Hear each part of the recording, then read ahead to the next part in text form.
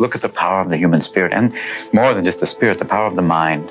Some people say that the brain is a computer, but he said, no, beyond that, there is something, there is deity within you. There is that, that spark, that divine thing, and it stems from creation, that thing that is soul. So the idea of spirituality, the idea of a disembodied spirit, the idea of something going on outside of this, it's nice to think about it, but it doesn't have to be for us to give a shit about how miraculous the world around us is and what's going on right now. You can't believe anything until you have direct perception of it. And so I wanted to go deeper and deeper into that. My God, in my life, God is love, pure love. Love is an incredible power. I feel like when you get to the metaphorical gates of Peter, really all they're going to ask you is, were you kind? And maybe the whole point of this little tiny blink of an eye that we're here is just to decrease the suffering through kindness and other thoughtful acts. We are one species, and we are endangered. And it's what this 3.5 pound gland that we have, the one cure lies within the same thing that is causing a lot of the pain. And I believe that everything that we do, everything that we create is nature expressing itself the same way that when a flower grows out of the ground or a tree grows out of the ground, it's nature expressing itself. You always have to realize that you're constantly in the state of becoming, and as long as you can stay in that realm, you'll sort of be all right. Always go a little further into the water than you feel you're capable of being in. Go a little bit out of your depth, and when you don't feel that your feet are quite touching the bottom, you're just about in the right place to do something exciting. The whole thing is to change, try and make everything better and better, and that's what the physical world is about, is change. Don't rush down the hill, walk down. You have a good time. Life's pretty amazing, especially after rehab and heart surgery. It's really amazing.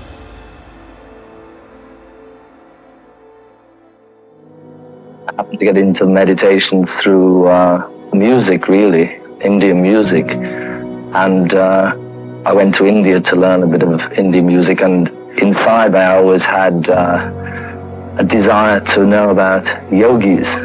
And I can't explain that one. It's just something that's been in me from some time in the past. And I wanted to know about that. So I had the opportunity to find out about it in India. And consequently, that led into meditation, because really the only reason to be living is to have complete, full knowledge, full bliss consciousness. Everything else is just mundane and secondary. I wanted to know some method of enlarging my own consciousness, and that's meditation. It's been there millions of years, and knock and the door will be opened. The thing that really got me interested was, after being brought up as a Catholic until I was about 13, I couldn't take it any longer because it was just full of hypocrisy. The teachings of an Indian called Vivekananda, which really impressed me. He said, if there's a God, we must see him. If there's a soul, we must perceive it. Otherwise, it's better not to believe. It's better to be an outspoken atheist than a hypocrite. And this, for me, going to India and hearing somebody saying, no, you can't believe anything until you have direct perception of it. And I thought, wow, fantastic, at last, find somebody who makes some sense. And so I wanted to go deeper and deeper into that. The whole basis of religion is to have the experience, have that perception. So there's these methods for God perception, self-realization, which is yoga and meditation, and the process you have to get from a spiritual master, somebody who's an authority on this sort of thing. And the technique we did with Maharishi Mahesh Yogi was a form of silent meditation, which, you can transcend. The purpose is to transcend from this relative state of consciousness to an absolute state of consciousness. People think this is me, and this isn't me, it's just a bag of bones. Basically, everybody is spirit, which is really what Christ was here to tell everybody about. The kingdom of heaven that lies within, which is the state of being, pure consciousness. So through many years of pollution of consciousness through material energy and this association, then we've all ended up in a fallen state. But really, everybody is basically potentially divine. So yoga, all these methods are really ancient methods just to further pollution of your system and consciousness and to cleanse the system. The whole thing, the purity that they talk about in religion is really a mental, physical and spiritual purity, which is obtained through discipline and through practice. So the meditation we did with Maharishi Mahesh Yogi was to sit silently and to transcend through the sense of sound, like you can transcend with hearing or with touch or taste or vision, like I think some Buddhists meditate by concentrating on an object, like either a garden, Japanese gardens, on candles, looking into the flame, and they transcend that way. But this method was to transcend through sound. So you're given a mantra. The mantra brings all your body to rest. It calms everything down, and it brings sort of harmony and union just to all your senses. And this way, your thoughts become fine and fine and fine until you can arrive at a point which is transcendental, which means beyond. It's beyond the senses, beyond intellect.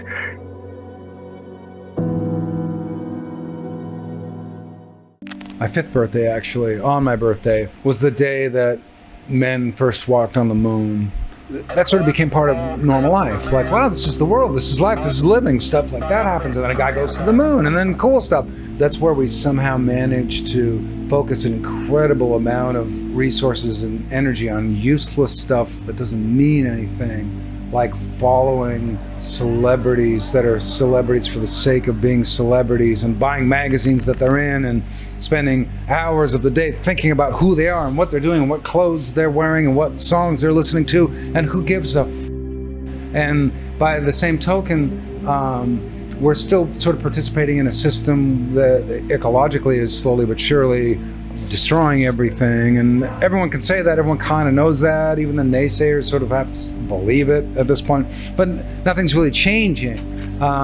And that's all, that's just kind of a strange thing to me. I see sort of the simple truth in a baby, in simple things, because they're taking them simply and they're finding like a universe in something that's very small, that's very simple, that we all take for granted.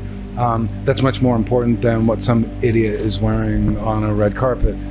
To me, it's the kind of the simplicity of like that banana over there, which is pretty amazing.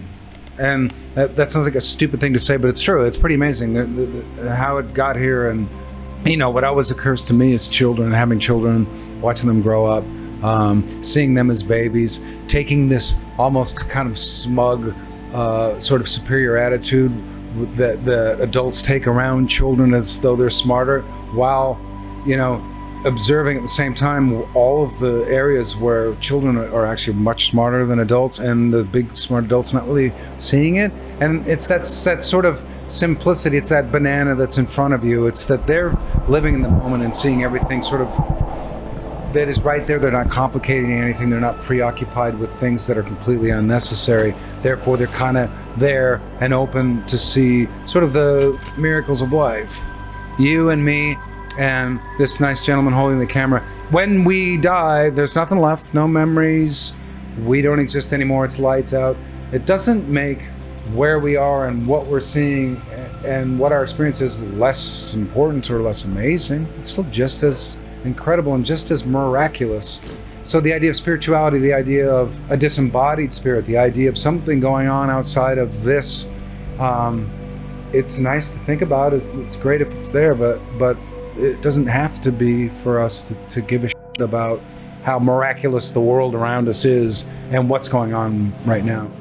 The hardest of the hard, the gangsters of LA. I'll be riding down the Sunset Boulevard, and I'll hear Under the Bridge coming out of a lowrider, and it is the toughest, scariest, most loked out looking dudes just melting with Under the Bridge. I'm like, okay, that was a day well spent writing that song.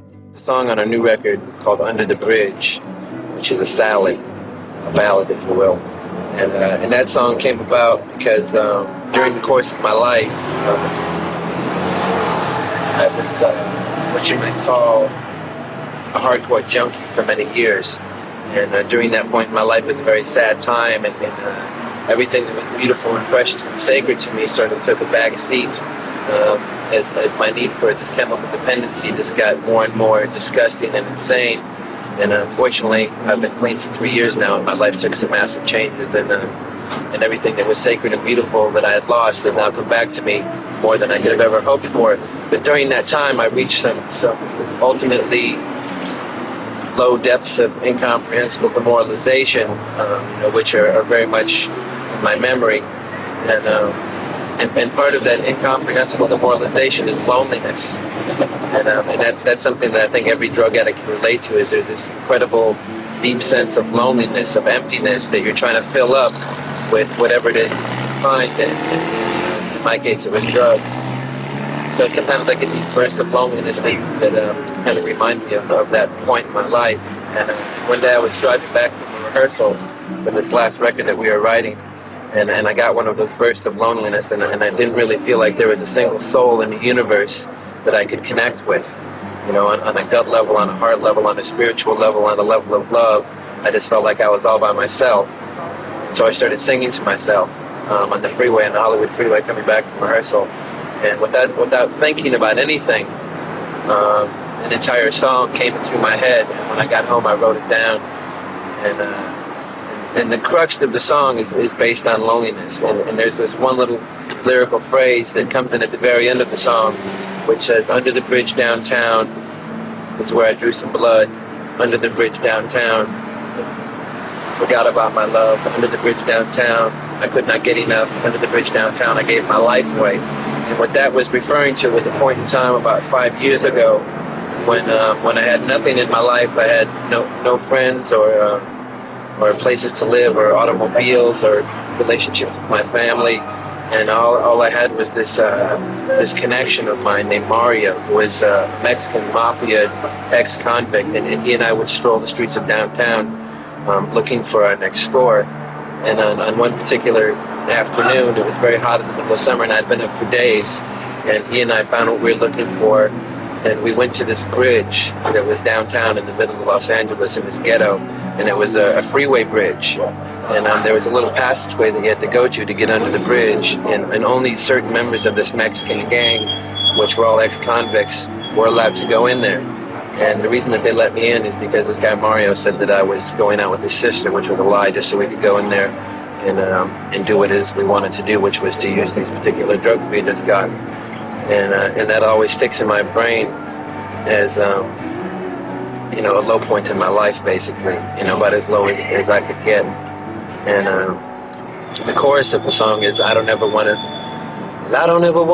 feel like I did that day. Take me to the place I love. Take me all the way. The place I love is where I am now. Making music with my band, which is, to me, the most sacred thing that I have going is creating sound with my best friends. I think the force that created us is expressing itself through our existence.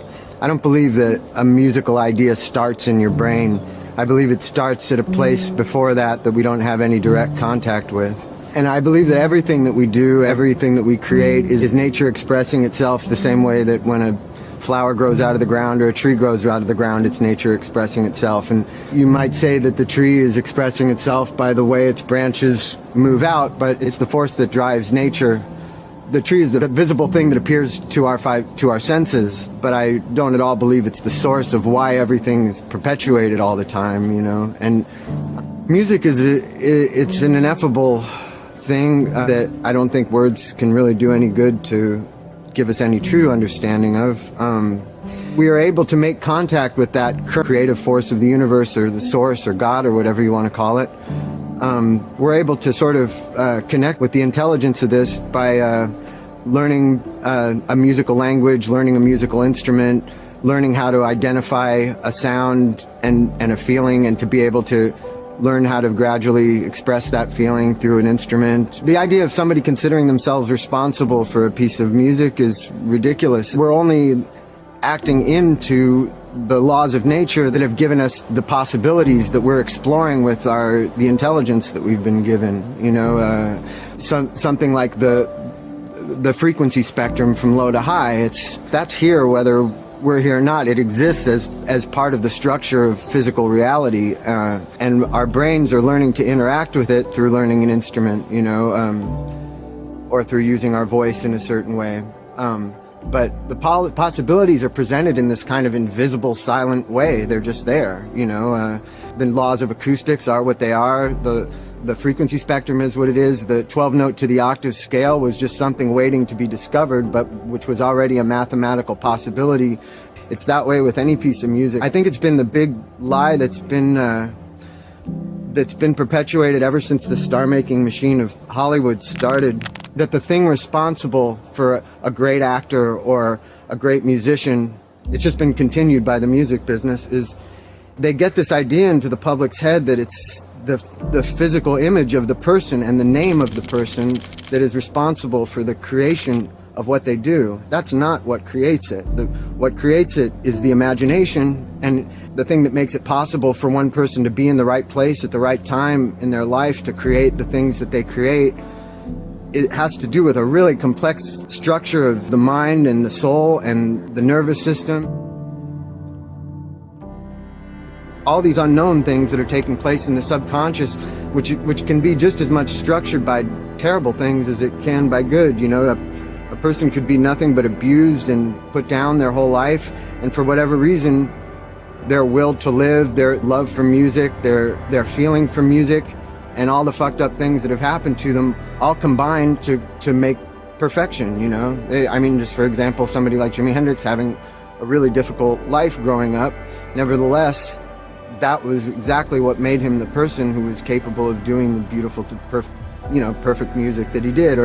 Or some kind of disadvantage like Beethoven being deaf, you know, things that appear to be disadvantages, somehow in the complex network of the universe's intelligence end up working towards making this perfection. I really don't believe that somebody would do it with some kind of a perfect life. And this is just all stuff, it can't be explained. Nobody understands why it is that results in it, but it's not because Jimi Hendrix looked the way he looked. It's not because Jimi Hendrix danced the way he danced, or because his name was Jimi Hendrix, you know. It's like these things are just meaningless, yet the way that the business has used these media tools has perpetuated this idea that what's important is that he's the greatest guitarist ever, and he's Jimi Hendrix, and there's his picture, that's him. And it's like the only real picture of him is his music, you know. The only thing that we should be like putting up on a pedestal is the works of somebody's imagination, and the imagination itself should be catered to by the people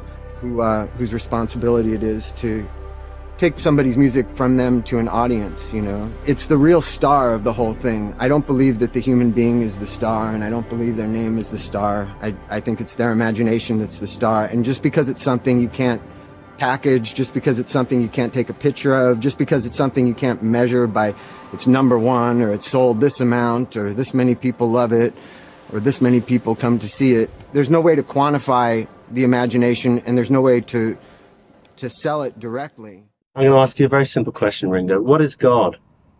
God to me, my God in my life, God is love.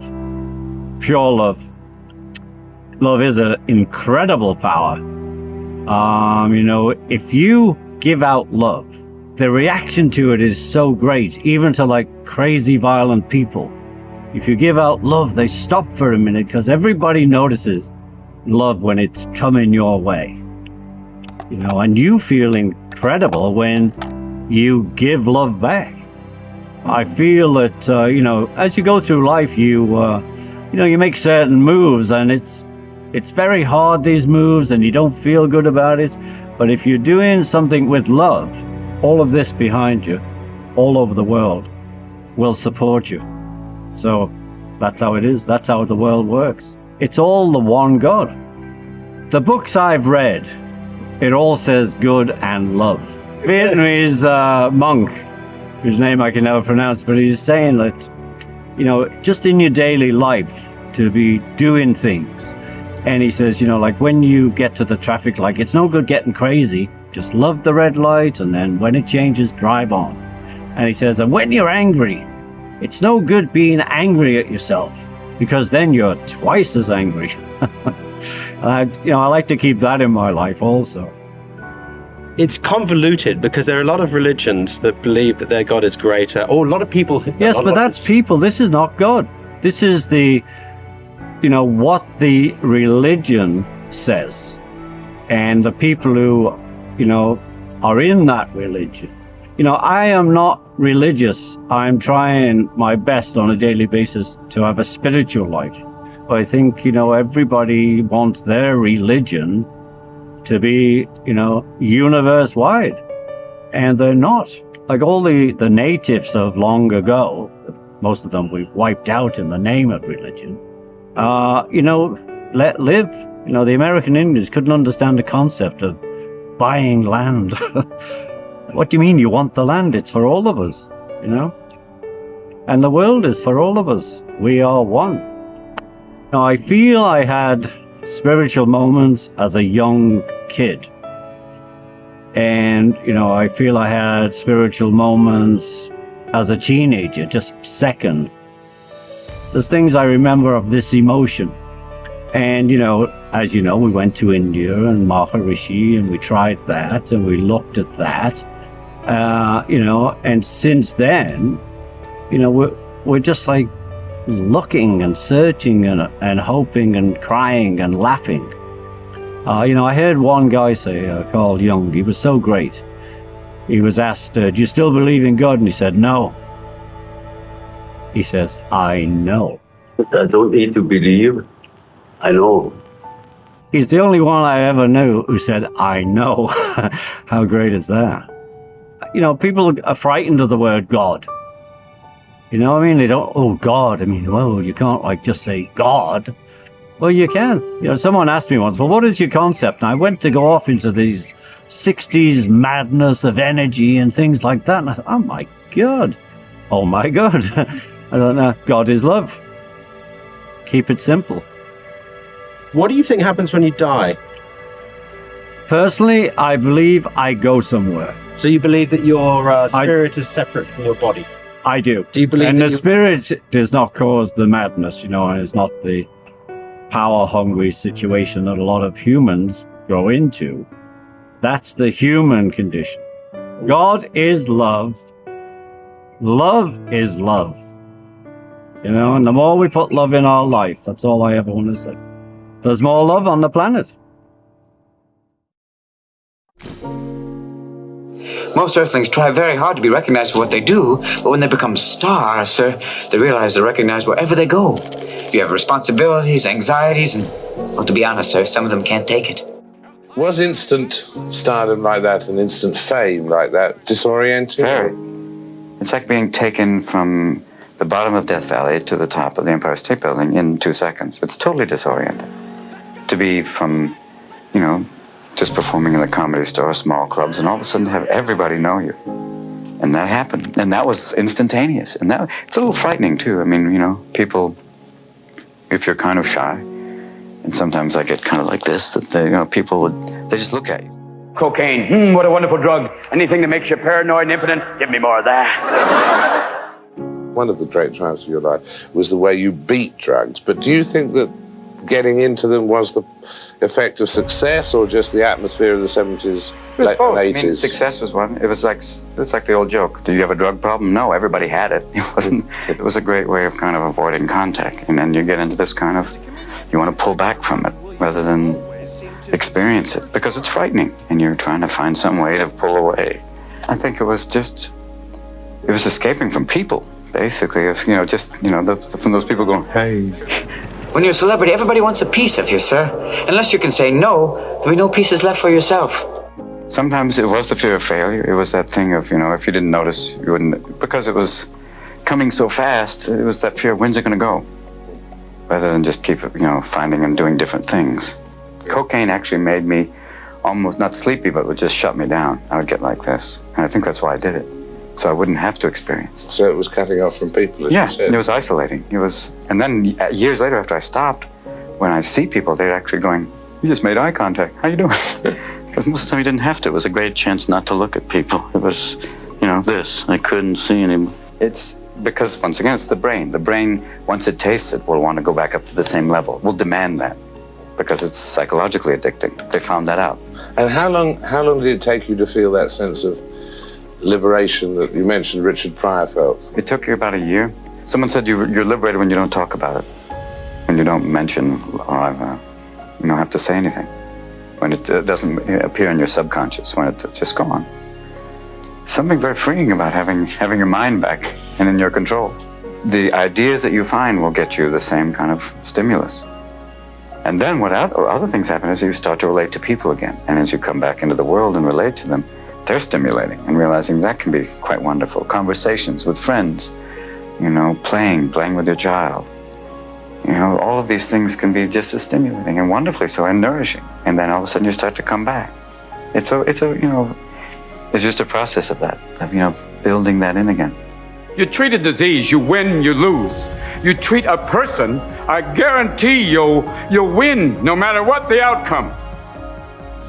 Providing a security of acknowledging who I am and saying, I love that. I love what you are. Don't be afraid. And it's like, then that frees you up. You really do? Me? I used to talk about myself. I used to have this image that I was kind of like this, almost like a dwarf, because I've been called that in school. I was like this little short, furry guy. And then I said, I love that. Really? But that's been the process, and it's so wonderful, and it's growing, and you learn and you go through, and it's been tough. And the way that all of Oliver's work is, he makes you examine these supposedly negative and horrifying things from another perspective and say, yes, these are, there is great pain in aspects to that, but he also said, look at the power of the human spirit, and more than just the spirit, the power of the mind, and distinguishing between the mind and the brain.